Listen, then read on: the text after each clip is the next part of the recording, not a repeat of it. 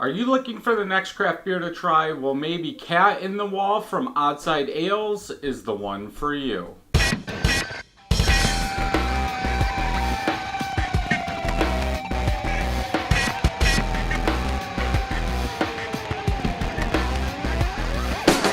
Welcome back, everybody. So today we are going to try Cat in the Wall. This was $2.49. I did pick this up at Hoffman Street Grocery in Three Rivers, Michigan.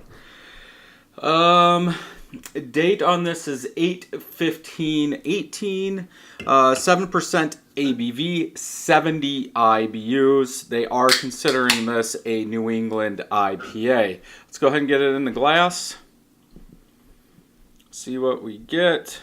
I think we're going to be able to fit all this in there. There we go. Just a colored cat on the can, that is it.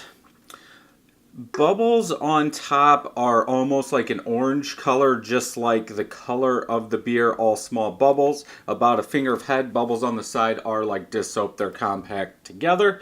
If we look at the color, yeah, orange juice, yellow, hazy, can't see through it. I can see some bubbles coming up on the side. A little bit of floaty stuff in there, yeast protein, but not very much. Let's go ahead and get a smell. Juicy fruit, citrus, a tiny bit of pine is what I'm getting. Yeah, that juicy fruit really sticks out. Generic fruit, some citrus mixed in there, and a tiny bit of pine.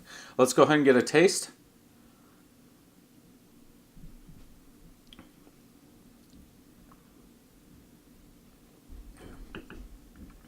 Smooth. Not really a lot up front. A tiny bit of fruitiness, but that citrus, bitterness, pine is what you really get from the middle of the palate to the back on this one.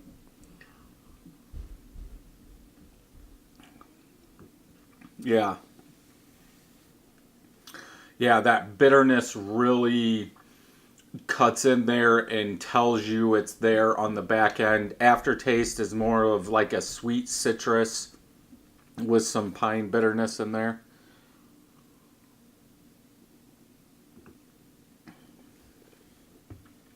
Not a bad beer. I would probably go 3.75 to 4 out of 5 on this one.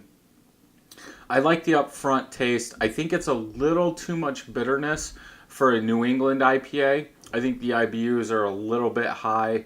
ABV of 7, that is pushing it for just a New England IPA. I think I'm not sure what hops they use because I don't look anything up. I don't even know if they show it. But to me, there's too much bitterness for a New England IPA. Excuse me. I think New England IPA should be juicy fruit.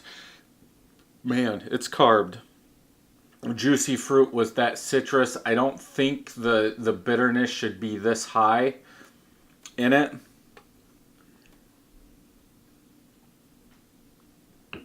Smooth beer. But yeah, I would say I would like to see that bitterness toned down in a New England IPA. If it was just an IPA, I would say, okay, it's fine, because this beer is pushing 7%, so I think you do need some of that bitterness to back up that malt and that alcohol.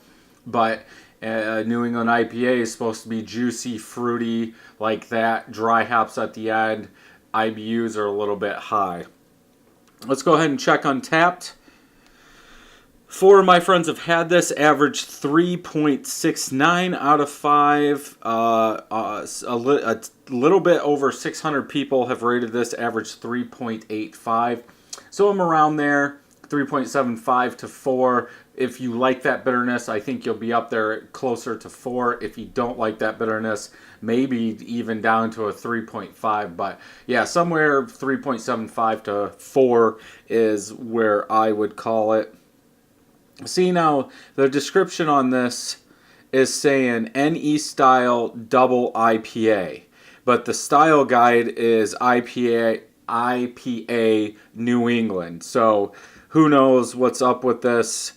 I think if anything, Untapped needs to get some control or something over this, because even in the description, if you do use Untapped, it says IPA New England. And then, yeah, in the style details, yeah, NE style DIPA. And for 7%, I would say it's more of a double IPA than it is a standard. Just seeing if anybody put some comments in here, and it doesn't look like they did. So yeah, definitely an okay beer, one to pick up and try. I wouldn't buy a 4-pack. I wouldn't buy a 6-pack. To me, this is not a New England IPA. So that'll wrap up this beer review, and until next time, happy brewing. If you like this video, make sure you hit that subscribe button and thumbs up, and check out some of our other videos.